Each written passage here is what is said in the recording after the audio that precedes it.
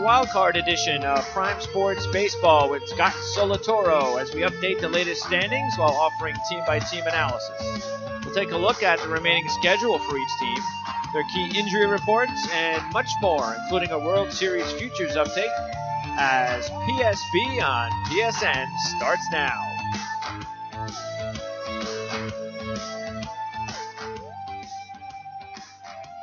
All right, it's Friday, the 22nd of September, 2017. I'm your host, Greg DePalma, and it is wild card time, as we've promised for probably the last month or so, that we would be here. We wouldn't miss it, but now it's starting to finally get interesting, and so we're back, and we'll be back again next week, next Thursday at noon Eastern. That's our scheduled time right now at this point in time, and that'll be our last show before the end of the regular season. Then we'll have a preview of the playoffs. The day before the playoffs begin. That's the first Monday in October. And then we'll be with you potentially, schedule permitting, every day. We'll have little 15-minute to 20-minute reports every day talking baseball right here on the Prime Sports Radio Network. So we'll, and matter of fact, don't forget also, if you are a Washington Nationals fan, we'll have Nat Scraps with Ken Marangolo. And we will be on to recap and preview every Washington Nationals baseball game throughout the postseason. So that is, now we don't know when that's going to get underway because of the fact that the Nats are not in the wild card race. So probably first show for Nat Scraps would, I think, probably be like Thursday or Friday of that week. So there's still a lot of time if you're a Nats fan to figure out exactly when the Washington Nationals are going to have to play, and that's a good thing. All right, so first of all, if you take a look at the futures, matter of fact, we had our futures. Let's see. I'm trying to see when the last time my last future team that I had chosen, and I still have 100 left in my account. Don't forget that we started off with 250 for each, and then that was the preseason. And then we had 250 for the regular season. So that was a total of 500. So I still have 100 remaining in my account, and Scott has 120 remaining in his account. And then, of course, I mean, the odds have changed dramatically since the last time we looked at the World Series odds, Scott. Yeah, and I just want to say, remember, halfway through the season, we did our halfway show. And you picked Kansas City to be that second wild card. Who did I pick again? Can you remind me? I don't know. Was it the Orioles? No, it was Minnesota. Let's see. In the American League post All-Star predictions, you got Tampa over Minnesota, and I have. Oh, I had Tampa over Minnesota? Yeah, and what do I have? I thought you had Kansas City. I had Kansas City over Tampa. And in the National League, you have Arizona over Colorado, and I have Arizona over Milwaukee. So we're doing pretty good, I think. Well, I mean, all things considered, the wild card race was a crapshoot. So, but I mean, those are our predictions. As far as our futures, let's see. Your top futures that are left, you have Cleveland.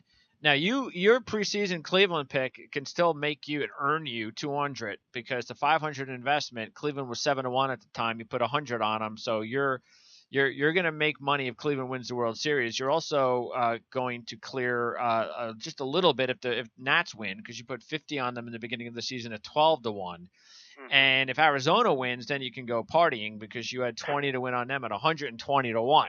Straight to Vegas. Yeah, so you've got those. So those are the three teams that are looking good right now in your futures.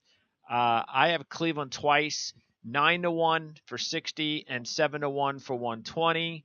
I've got Houston and Washington 50 each at 12-1, and I think that's it as far as the ones that look good right now. All right, so basically the only one you didn't take was the Dodgers of the big four. Houston, Washington, yes, correct. The Dodgers, I did not touch, and that is correct. And you did not take the Dodgers or Houston out of yours. But we still have money in the account, 120 for you, 100 for me. And you're taking a look at the futures at this point in time.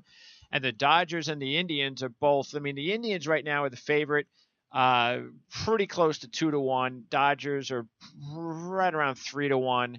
So it's really, I mean, you're not going to make much there. And then you've got the Astros at 5-1, and the Nats at 7-1, and the Cubs at 8-1. So those are the other teams that at least, even the Astros. I mean, if you do believe in the Astros with Verlander pitching as well as he is, then considering you don't have the Astros 5-1, that's a possibility, wouldn't it be?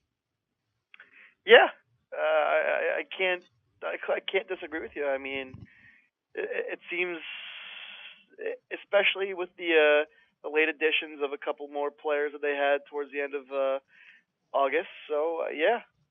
Okay. Why not? And then your Cubs are 8-1. See, that's where I'm thinking right now, because I haven't put any money on them all season. I've been waiting. Remember, they were what were they? They were like 4-1 up until like the All-Star break, even though they were having a bad year. 5-1. Now they've dropped a little bit, 8-1. So yeah, they started the season actually at 4-1, and they never really moved from that number for a while until right around the All-Star break. They started to go to the point where we were like, okay, now it makes sense. But they never really dropped. They kind of stayed up there at 8-1, and so yeah, it all depends. Do you believe, as a Cub fan, based on what you've seen at this point in time, that they can win a World Series this year? Well, they've been great the last month and a half. They've been really, really, really good. But here's my question: is how can they still be that high, considering that they have to beat at least the Nationals and Dodgers? Oh, you mean that low? No. Yeah, that low. How can their odds be that good when they have to beat at least the Nationals and Dodgers just to get to the World Series? Yeah, I mean, look, this isn't last year where they had to beat. San Francisco was a fine baseball team, and the Dodgers were good last year as well. But the Cubs were way better than both those teams. No, the Cubs are not better than either one of these teams, and they have to beat them both. Especially, they have to beat them both, being the team that gets the road schedule. Yeah. No, this is much tougher. We talked about the halves. That's why. How can they possibly still be 8-1?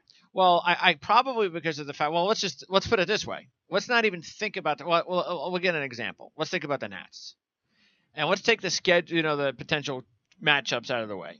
Just think of your a month, 2 weeks before the playoffs begin, and the Nats are 7-1.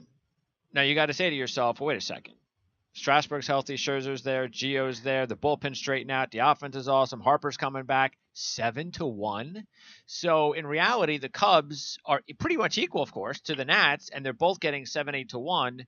So when you look at it from just a perspective of odds and not matchups, and you're 2 weeks away from the postseason, that's a pretty good number, actually. I think the Nats getting 7-1 is crazy, to tell you the truth. I mean, that's just why would they? And if I'm looking at the Cubs' perspective, and trust me, this is if I believe in the Cubs. I'm going, wait a second, I won the World Series last year.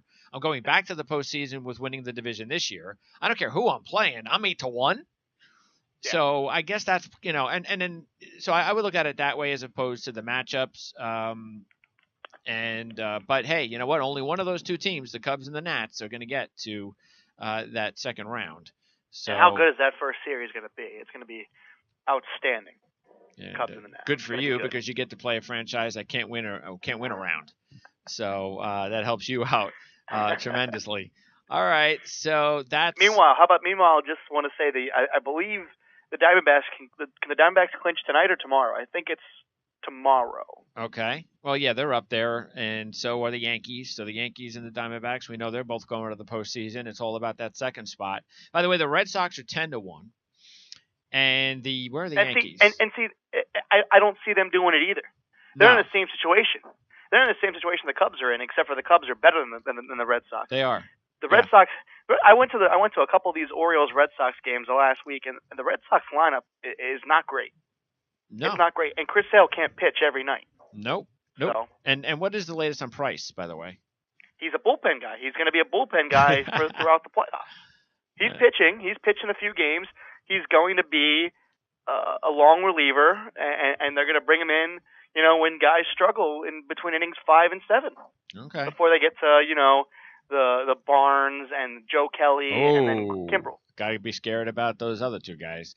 And so the Red Sox are 10-1, Yankees are 12-1, and then you got to go to the D-backs are 14-1. That's crazy. 25 of the Rockies. We don't even know if they're going to make the playoffs at this point.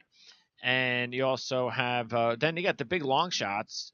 Twins are 50, Brewers are 80, Cardinals are 100, and then nobody else really matters at this point. Hey, you remember when the Cardinals won like 83 games several years back and were a wild card team, and then they won the World Series? There you go.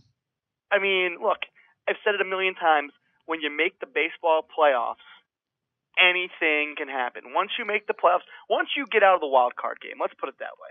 Once you get out of the wild card game, it's a 3-week season, and it starts totally clean. If you remember, the Orioles were what? They were like 26-12 to start the season, and now what happened? I mean, it's anybody's game.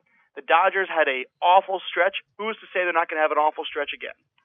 Yeah, I mean, you have to be able to you got to be able to pitch, and if you can pitch in the postseason, then yeah, any team's got a chance. So you look at the Cardinals right now, and they've got everyone looks at what's going on there with that race there, and you do you notice St. Louis because of tradition that the Cardinals are right there. After getting destroyed by the Cubs a week ago, you would have thought that they were done, but they just they've been resilient all year. Remember, they've been talking about firing their manager all year. Yeah. So that hasn't happened. So do they have enough pitching that they could actually, in the postseason, scare a team? No. They don't. And this is a team that at one point, somebody on one of the major, stations said they have the best rotation in baseball, in which I said, When was this? Earlier in the season, okay. Back when they had, before they, when Mike Leake was pitching well, before they traded him to Seattle. I bet you they wish they had him right now. But look, they have Carlos Martinez and Lance Lynn. Besides that, there ain't much going on. Yeah, there ain't Martinez... much going on. You've mentioned all season how you can't stand as their closer. Trevor Rosenthal has stepped in and fixed that a little bit, but even he's not the same as Trevor Rosenthal. He's got a mid-3 ERA. So yeah, no. and they definitely don't have the lineup either. Well, that's the thing. Once Rosenthal went down, and we talked about that a few weeks ago, you just had to feel that, come on, I mean, this team can't possibly do anything in the postseason without a closer with all the other problems they have. I mean, Weaver's been incredible. Yes. But even Martinez is not pitching. I mean, he's been spotty, so he needs to pitch like an ace. Wacha kind of has to go back and pitch like he pitched a few years ago when he was first a rookie. But I don't know. Yeah, I don't see it either. And the Brewers, man, the last two nights for the Brewers, you blew those leads late, and then you exhausted the bullpen so much that you had to pitch a Texas Ranger reject that was on your team the previous year, and to try to close the game against the Cubs, and it couldn't happen. And it was his fault that they didn't get that call at first base because he didn't hustle. He wasn't going full speed to first base. No, he wasn't, and also don't forget that he was also an Orioles reject. Oliver Drake was actually drafted by the Orioles. So, good for the Cubs last night. They didn't, that was their first game. It was big for the Cubs because that was their first Arrieta game back, and he only threw 71, 72 pitches or something like that. But just one earned run. It was the home run, the solo home run that he allowed. So that's good news for the Cubs, and the bullpen just, didn't do the job. They had Dunsing, another former Oriole, come in and get hit around a little bit. And then the guy who, they went and made that huge trade for, and they gave up Candelario, Justin Wilson, has just been a massive disappointment in Chicago. Yeah, some of those things you just don't know about. You get a pitcher in that situation where they're pitching for nothing, and then they go from one league to another league, and then all the pressure's on him. And he's never been in that pressure situation before. You don't know what you're going to get. You don't know. Sometimes it works. I mean, Kinsler has been okay. It's been, but he's not. His role maybe not as important as Wilson's. He's got a little bit. He's sort of like now the third guy, where Wilson, he's got a big role, Wilson, with the Cubs, and they need him. It's diminished. I think. I can't imagine that he's the guy that gets the ball in the eighth inning in the playoffs. Not now. No, he's just not been. He's been absolutely terrible. I mean, right now it's still going to be CJ into Wade Davis if I had to guess, and there's no other way around it. So. And I still think the Brewers though look like they have the best shot because of their starting pitching. I know it's only a couple of weeks, and usually anything can happen, and you don't necessarily look at the starting pitching as you would over the whole season. But still, I mean, those guys that are pitching for the Brewers are just completely outpitching the Cardinals, especially the Rockies. I mean, and what are the Rockies' offense? I mean, that offense, that superstar offense, and this will be a theme maybe too, is that when we get down to the big games in the season, when it matters the most, and you need somebody to come out with a big a big hit, this is when you really find out which players step up. And the Rockies' offense is not stepping up right now, and the Brewers are just pitching a lot better. They got quality starting pitchers, and that includes not only do they have quality starting pitchers, they have probably still the most underappreciated relief pitcher that nobody's talking about, and Corey Knebel, who's only pitched in 75 games this year, has 37 saves and a 1.5 ERA. What more can you ask from the guy? 119 strikeouts in 70 innings. Yeah, unfortunately, that situation got and really it stemmed from that. Well, what was that? I don't want to call it a dribbler, but that ball that they couldn't field in time and get the one out, and then the 2-run home run and to win the game. But and you put all the pressure on these guys to pitch all the time, and I think they had pitched 3 consecutive days, I believe. I think you're right. Yeah. So, but that's this time of year. And now they who are the Brewers? What's the so when we take a look just at this division, actually, if you take a look at the 3 teams that are battling it out, the Brewers, the Cardinals, and the Rockies, whose schedule looks like it's the best? Who would you want to be? Well, so the Brewers have this 4-game series with the Cubs, and then they have the 3-game series with Cincinnati, but then they end the season with 3 at St. Louis. So that's this awesome. Literally. If Colorado continues to play themselves out of this race, this is going to be, an extra playoff game to get into the playoffs. This last game on Sunday, October 1st, could be a playoff game between these 2 teams. Well, Colorado, St. Louis, they have. They better try to take advantage of their weekend series with Pittsburgh. Because then they got the Cubs for 4. Yeah, and then Milwaukee. Yeah, at least they get them at home. But yeah, the Cubs for 4. But maybe because the Cubs could clinch, couldn't they? I mean, how many more games for the Cubs clinch? The Cubs' magic number is 6 to clinch the playoffs. So maybe, if they win all 3 of these games against Milwaukee, these next 3, then they would inevitably clinch. All right. By getting 2 games each day. Unless, of course, St. Louis, right? If St. Louis is unless St. Louis. Well, and St. Louis has Pittsburgh for 3. Yeah. So and so with Colorado, they have the Padres, which they lost last night, so that's not a good start. But then they're at home, their last 6, and they get Stanton and the Marlins, and then the Dodgers in a situation that I think we referenced a couple of months ago when we said this could be a benefit for Colorado to play the Dodgers when they're not going to be playing their starters and they're going to be resting and setting up guys for the postseason. So the Dodgers, I believe the Dodgers' magic number is 1 now to clinch home field. Okay. Well. So once they get that, then what do they? They just need to play guys to keep them warm. They don't need to. They certainly, considering the injuries that they have had and that they've seen every team have, they definitely don't need to rush Alex Wood or Kershaw into starts. And with Colorado, it's like they're actually getting decent pitching over the last several weeks from a few guys. But unless your name is Nolan Arenado, nobody's hitting the ball. But nobody's hitting. But even Arenado hasn't been hitting the last few weeks. That's the thing. It's what is he over his? Well, actually, Blackmon. Even if I don't go back, even if I just go back like the last week, Arenado, I don't know. I know yesterday, and I think this is 2 weeks, but I know. Yeah, I remember yesterday I was watching a game last night, or at least I was watching a play last night, and he came up in a big spot and couldn't deliver. But a lot of these guys over the last 2 weeks, I think they were showing. I think it was a 2-week span, and it was Arenado, Blackmon, Desmond, and another player in there.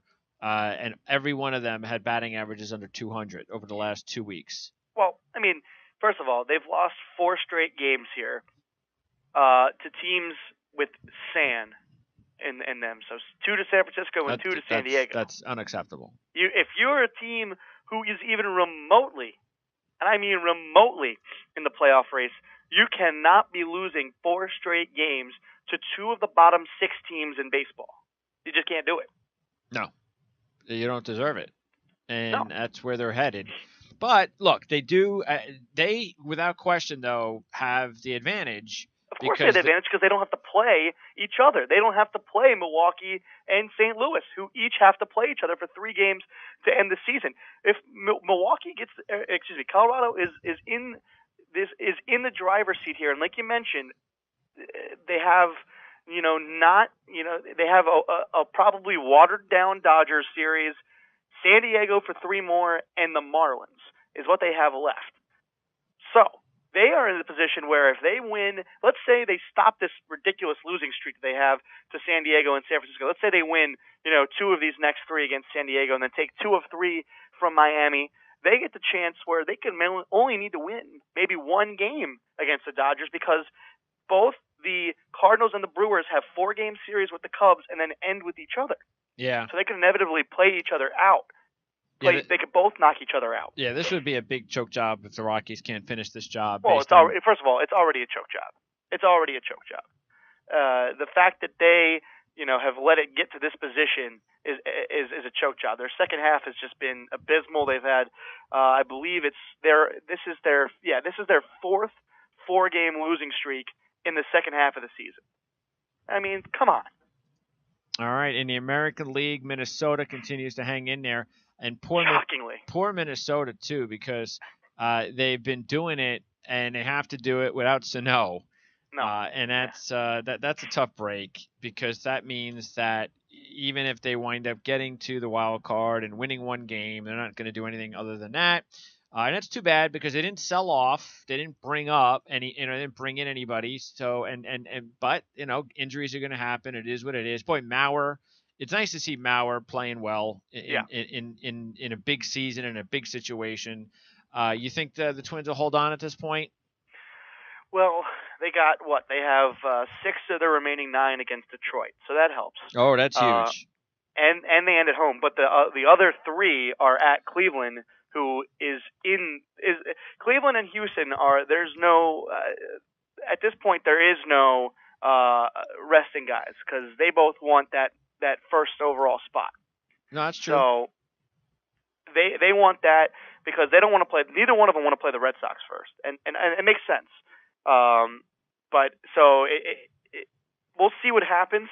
But they really need to take care of these Detroit games if they want if they really want to keep this thing going. And first things first, Paul Molitor deserves some raise or something because what he has done with this depleted team is outstanding. Yeah, we talked about this at the beginning of the season. I not last year, but the year before in his first season, I commented that I thought that he was. I already liked what I saw from him.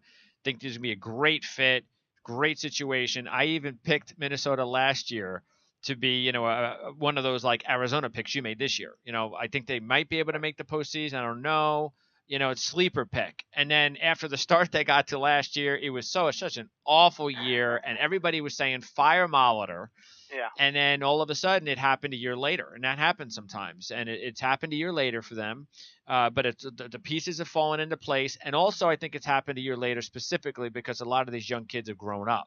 Right. The Sano's and the Buxtons, and they didn't have that last year. So that's huge. But the question then, though, is do you think that they should start Bartolo Colon in the wild card game? I mean, that would be my call. How about you? Oh my God! I'll tell you what. Or Dylan G. Or Dylan G. Start Bartolo Colon. Or Dylan G. Which Mets cast-off would you start, Dylan G. or Bartolo Colon? Well, if I have those 2 options, I'm going to start Bartolo Colon. But here's the thing: is you got to have that bullpen ready to go, starting inning number 3. Maybe 1. Yeah. and I'll tell you another thing. Another unfortunate thing since the last time we talked is Another team has really played the same role as Colorado in the AL West, and that's the Angels. Have pretty much played themselves out of this thing, losing I believe 9 of their last 13. So that really not ideal. I know you sent me a text the other night when Trout had a chance to do something big in that Cleveland game, and he struck out. So. It was brought back memories of the playoff performance.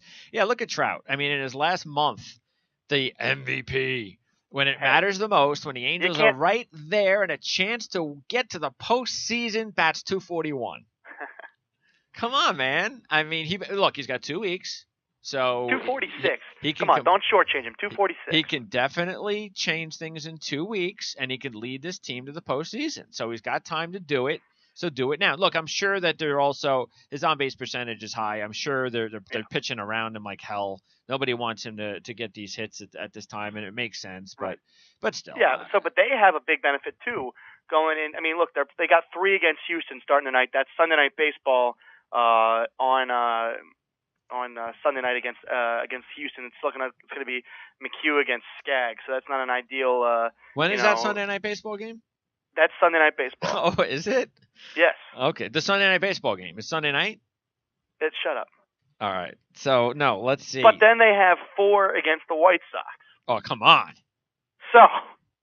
And then they're home against Seattle, who's given up. Then they end with 3 at home against Seattle. And they've given up. By then, Seattle will feel pretty bad about themselves for not getting in. They won't care.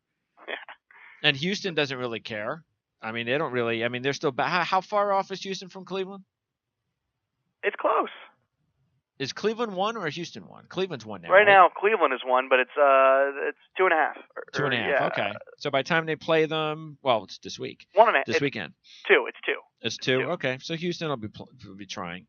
All right, but look, it doesn't really matter. Fact is, guys like Bridwell, who was pitching so well there for a while, is not pitching anymore. Garrett Richards has done okay. Well, yeah. That's he's done his part. I mean, they just have to be able to get the big hits, and that's why I think I wouldn't count the Angels out just yet. I still think they have a chance. So I think they're done.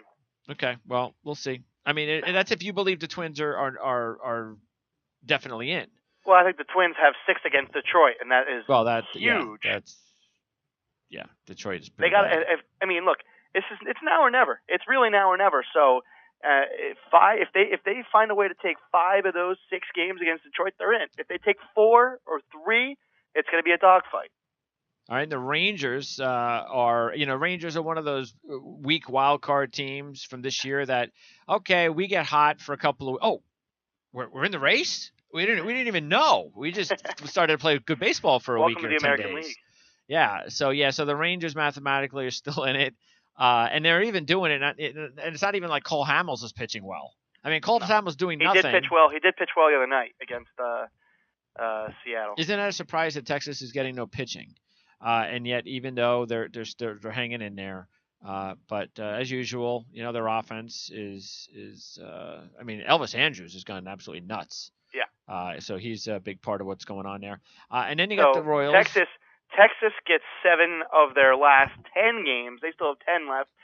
They get 7 of their last 10 against Oakland, including 4 at home to end the season. And maybe Houston won't care by the time they play them on Monday, Tuesday, Wednesday. Probably will, but hey, when you got Oakland... That's Wednesday afternoon baseball on ESPN. When you get Oakland 7 out of 10, though, you'll take those 3 Houston games. Of course. So, and then the Royals have also played a Texas deal here to try to get themselves back into contention. And it's been I think what really has killed the Royals more than anything has they just don't have that awesome bullpen that they used to have. Well, I mean, that's what happens when you sell every single bullpen pitcher that won you. They won a World Series, 3 years ago? Yeah. With 3 of the best relief pitchers in baseball that season, and 3 years later, all 3 of those guys are gone. Oh no, they have Herrera still. That was 2 years ago, right? 2 years ago, yeah. They have Herrera, so that's my bad. Yeah, but he's been the problem. He has. The one guy that's left has been a problem. Yeah, And, Greg Holland is doing his best yeah. to try to keep Colorado in it, and obviously That's- Wade Davis has been lights out for the Cubbies. But yeah, But here's Kelvin the thing. Herrera with a 4.65 ERA. But here's the thing. See, you can understand the Davis situation financially, but they let Holland go, and Herrera stays in Kansas City, and Holland would have been cheaper, and Herrera stinks. Yeah. So that's. I think they're done too.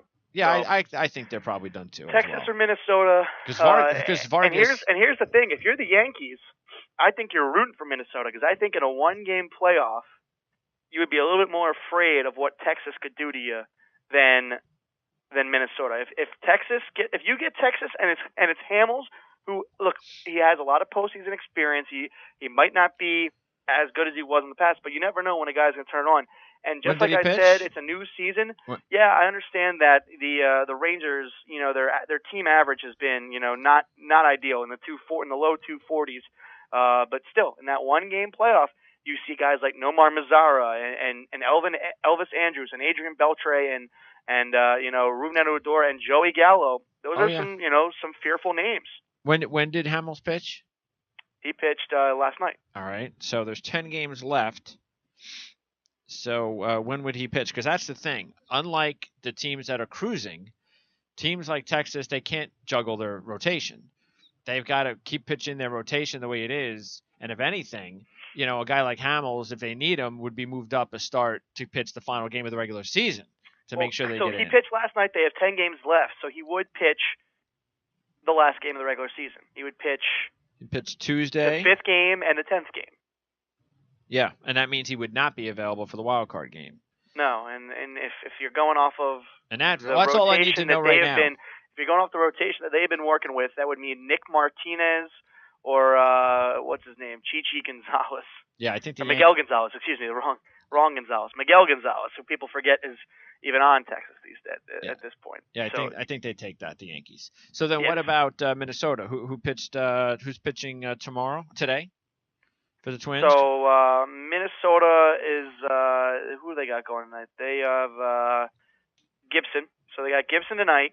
They got Santana tomorrow. And then Berrios.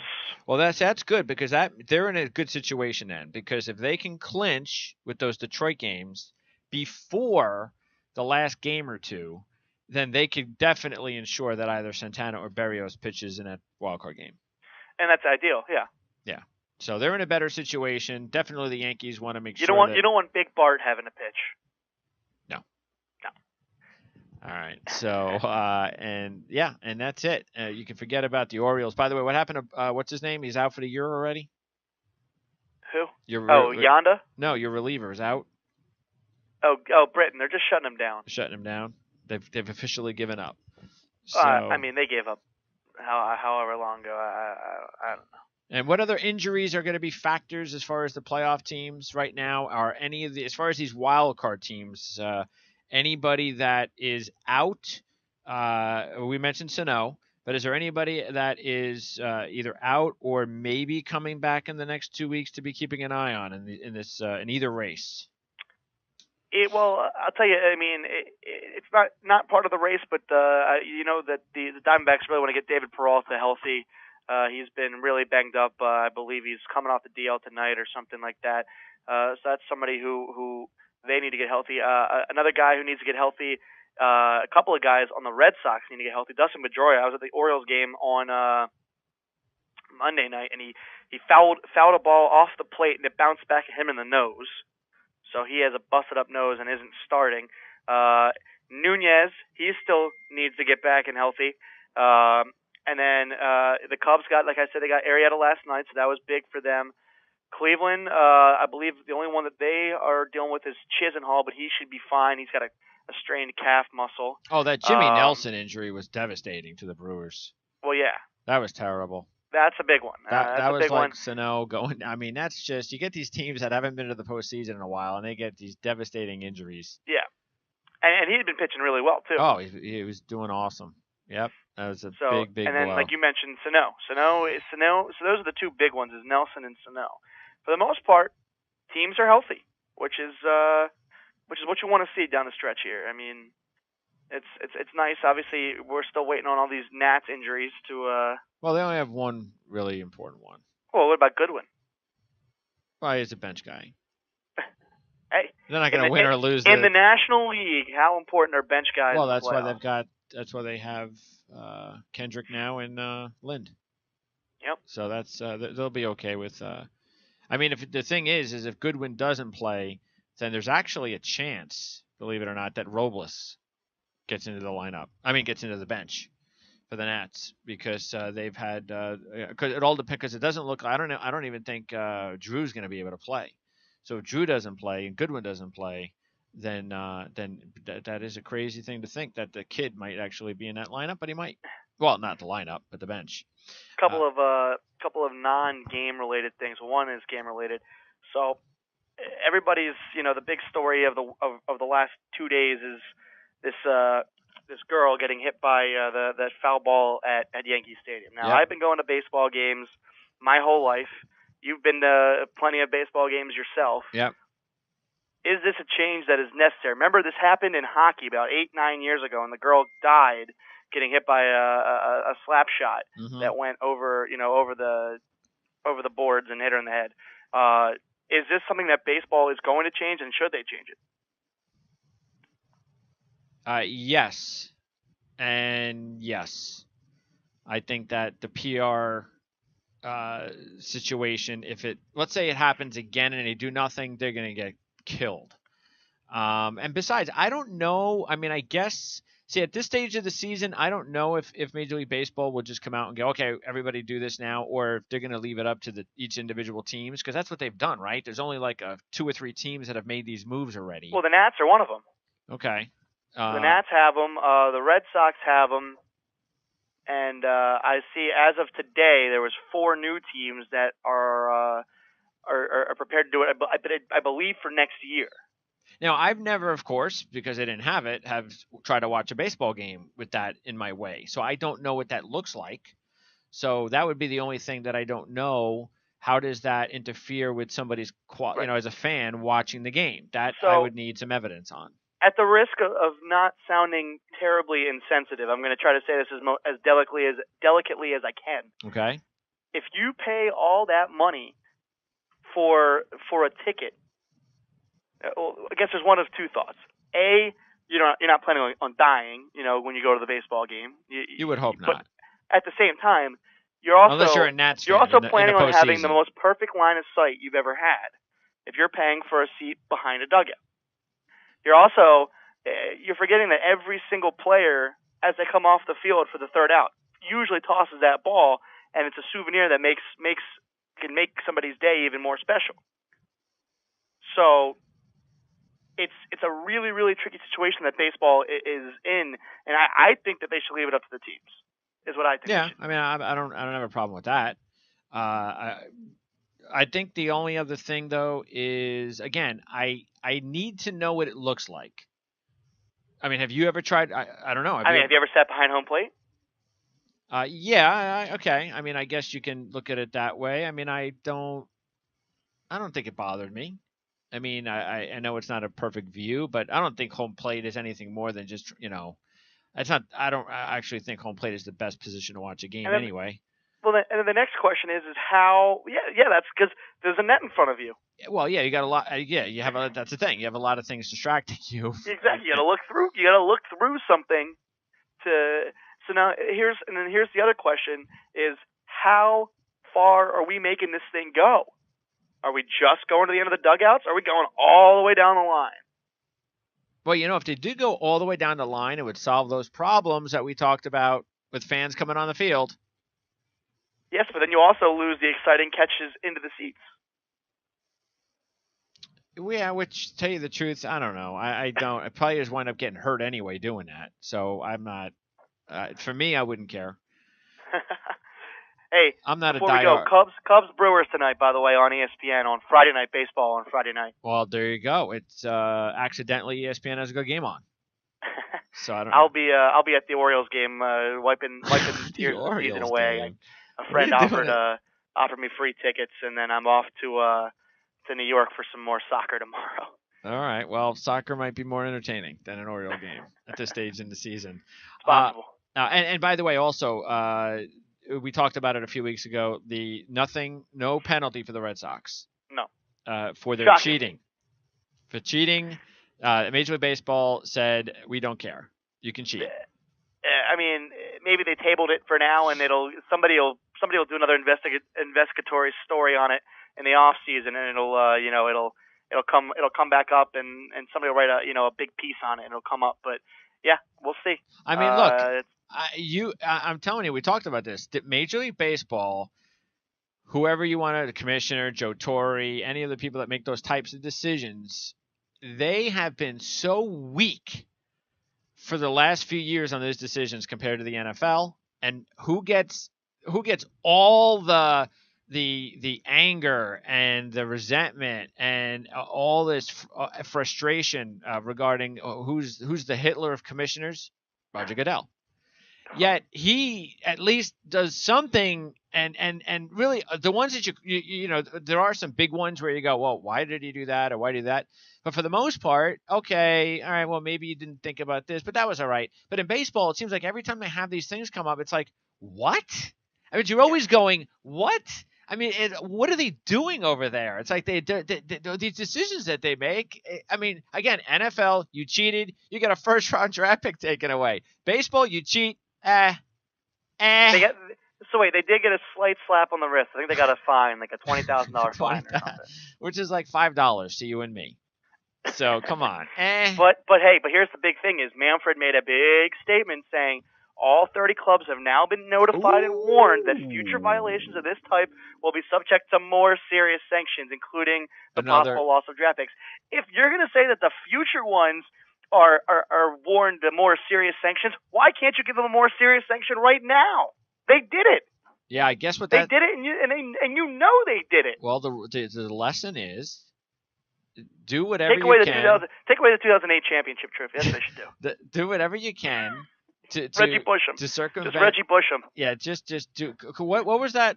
Now, what did they do to the? What was it? The Astros or the Cardinals? So which Astros, right? That they had that issue with the guy who was fired because what was he stealing? What was he stealing? Scouting reports or something? Yeah, the scout. That's right too. What happened with that guy? He got fired. That's it? No, what happened to the Astros? Did they get any sort of penalty? Do you remember? I can't remember. It was the Cardinals guy, or it was the Cardinals guy hacked the Astros. Oh, the Cardinals guy hacked the Astros. The Cardinals guy hacked the Astros guy. All right. I don't remember. He got fired. I believe. Well, we know. He did. Oh, he actually pled guilty. Look at that. Well, we know he was going to get fired, but I mean, I wonder if anything happened to the Cardinals. I mean, baseball usually. Well, nothing happened to the Cardinals because as far as they were concerned, it had nothing to do with the rest of the system. Well, you see, but that's like if the Patriots said, "Look, it was the ball boy took those illegal pictures of the Jets in practice. I didn't do it." The ball boy is the guy who deflated the footballs. Yeah, the ball boy deflated the footballs. And the intern was the one that took the pictures in the Jet practice. So it had nothing to do with me. So we fired them, and case is closed. So yeah, I don't know. Anyway, that's baseball. Okay, so next Thursday at noontime, that's our next show. We'll update these wild card standings, and we'll see whether or not we've got two teams clinched by then in each league, or if we're going to have some really craziness. And hopefully, when we do our playoff preview show on that Monday in October, that first Monday of October, hopefully we won't have a play-in game or whatever the hell you want to call it. Do you like those? By the way? I like play-in games. You like those? Okay, so then Could you imagine? Here's my dream situation right now is that this Cardinals Brewers series, somebody wins that last game to like tie them into some crazy thing, and then they got to play it next day, but they got to switch to the other stadium. They got to go back to wherever the hell the other team was. That's the dream, and that as a guy who watches baseball every night, that's what I'm looking forward to. Okay, well, we'll find out if there's more reality in that and that possibility next week. Yeah, they're in St. Louis. St. Louis wins on Sunday, October 1st, and then they have to ship both teams back to Milwaukee the next day. That's what I'm looking for. Okay. For a wild card play-in playoff game. All right, I'm all for it. So don't forget to follow Scott at S Zolatoro. And where are you going to be this weekend? You said New York, Baltimore for game some in New soccer. York Cosmos soccer. Cosmos. Giorgio Canale back? No. No. All right. Well, hey, soccer. What are you going to do? I like soccer. In the U.S.? Well, when's the World Cup? Next year? Next summer. That's awesome. Good. So we'll have to talk soccer. You can be our designated soccer analyst? Sure. Do you know it that well? Or are you more of like a Cosmos soccer analyst? I know the Premier League well. Okay. Sounds good. That's the one where they play in England, in case you didn't know that one. Right? All right. And the U.S. made it again, right? Unfortunately, to the World Cup. I don't think they've made it yet. They're sad. I don't think they have. They haven't gotten any better in 30 years since I've been alive. The same. Whatever. All right. So we'll talk again next Thursday, Scott. Appreciate your time.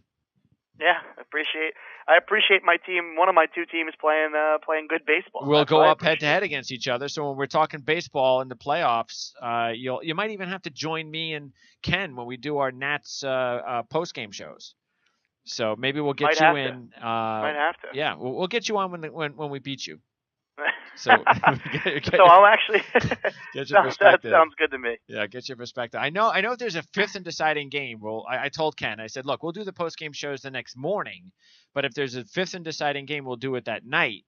And so if we lose, I don't want to think about doing a show. Well, you got to get him on the preview show. Get who on? Oh, when we do the preview show, if indeed there's a game 5 and we have a preview show that day, oh boy. Yeah. I'll be pretty anxious. Well, we'll see. You'll be feeling good because you've already won a world championship, so you don't have nothing to get worried about. That's fair. All right, Scott. I'll talk to you next Thursday. Absolutely. All right, that's Scott Zolatoro, and we will. By the way, our next broadcast on the network, we have nothing else this. No, wait, no, yep, nope, nothing else this weekend. No horse racing show until next week. Matter of fact, I think we would have. Well, I know we have 2 shows. Next Friday, we have our fantasy football show, which is every Friday at 2:00, and then the tennis show is next week as well. We'll talk more tennis a little bit later on. 2 shows next week, and we'll fill you in with all that stuff in a couple days, because our next show is Monday at 5. That's Jets Confidential Radio, followed by the Arledge Football Radio Network at 6. So we'll see you on Monday right here on the Prime Sports Radio Network. Don't forget to follow us on Twitter at PrimeSN. And also want to let everybody know that you can take a look at our YouTube and our iTunes pages under Prime Sports Network. For Scott Zolatoro and Greg DePalma, thanks for tuning in to Prime Sports Baseball on the Prime Sports Radio Network.